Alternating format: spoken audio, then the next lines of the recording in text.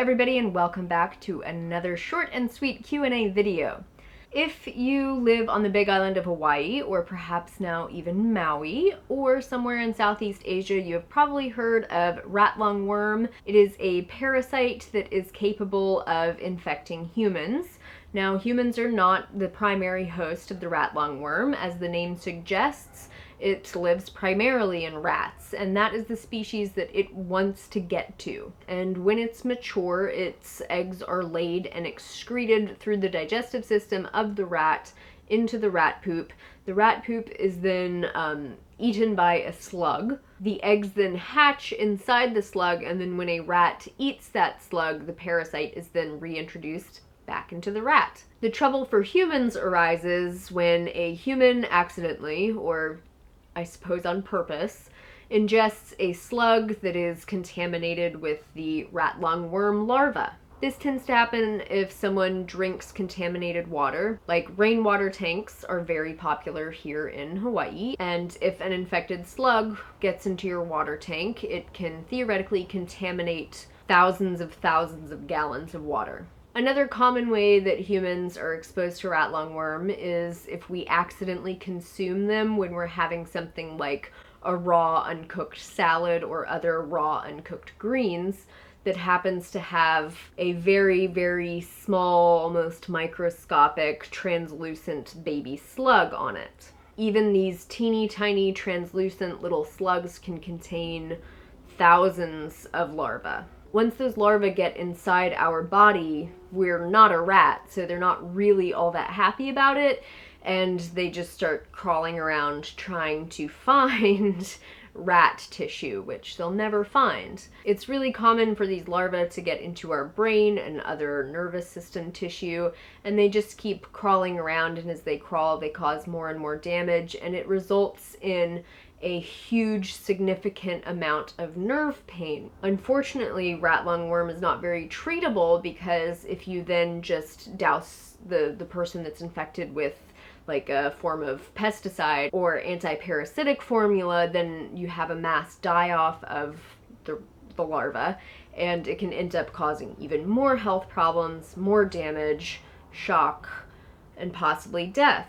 So treatment of a rat lungworm infection is difficult. It's getting better. There's not enough research at the moment, but it is coming out and it is developing and it is getting a little bit better. But it's complicated, and the prognosis is very much dependent on how many of the larvae were consumed. And so because of this, it's really important to be vigilant about the foods that we eat and the possible contamination that we're exposed to when it comes to slugs. So those of us who are living in Hawaii, especially the east side of Hawaii, we need to be really vigilant about what types of greens we're consuming and how we prepare those greens. So hydroponic or aquaponic grown greens are generally speaking kept slug-free, so those are pretty safe, but I would still recommend washing them anyway. Field-grown vegetables and greens are definitely more of a threat when it comes to exposure to slugs. So if you do choose to eat field-grown vegetables in Hawaii, you need to be very vigilant about A, where you get them from. I think it's really wise to know your farmer and to question them about their practices that they use for controlling slugs. There are many organic ways to control slugs that do not use any types of pesticides or poisons. It's also extremely important to wash your produce before you eat it. Now, we've been told in the past that the slug trail could carry rat lungworm, and newer research has indicated that the slug trail probably doesn't contain a significant amount of larvae to be able to cause any symptoms in humans. So it seems that we really do need to eat a slug in order to have any significant amount of symptomatic response or damage from the rat lungworm. So it is exceptionally important to wash all fruits, vegetables, and especially leafy greens under running water. And you need to inspect every single leaf. Yes, it is labor intensive, but it is so necessary. Every single leaf. Look at front, look it back. I try to touch every single one and make sure that those places where slugs like to hide, like down at the base of the leaf where the leaf joins the stem, I make sure I touch those areas and rub them under running water, front and back, and make sure there's nothing on them. Those who are most informed about the rat lungworm are really adamant that they do not eat salads or any other types of raw leafy greens out at restaurants in Hawaii. There's simply no way that these restaurants can be vigilant enough with the high volume of greens that they're going through to be able to make sure that they are safe for our consumption. I think it's wise to be especially prudent about what we're buying from health food stores and these like organic cafes. I know a lot of people who go into these places and they get kale juice or kale smoothies, and these places simply have too high a volume to be able to adequately wash and inspect these greens before they go into your food. I know it might sound like paranoia, but when we're talking about something like rat lungworm, which can cause an immaculate amount of pain that may or may not stop for the rest of your life and that can cause pretty severe brain damage, I think it's wise to be a little bit paranoid and a little bit on top of things.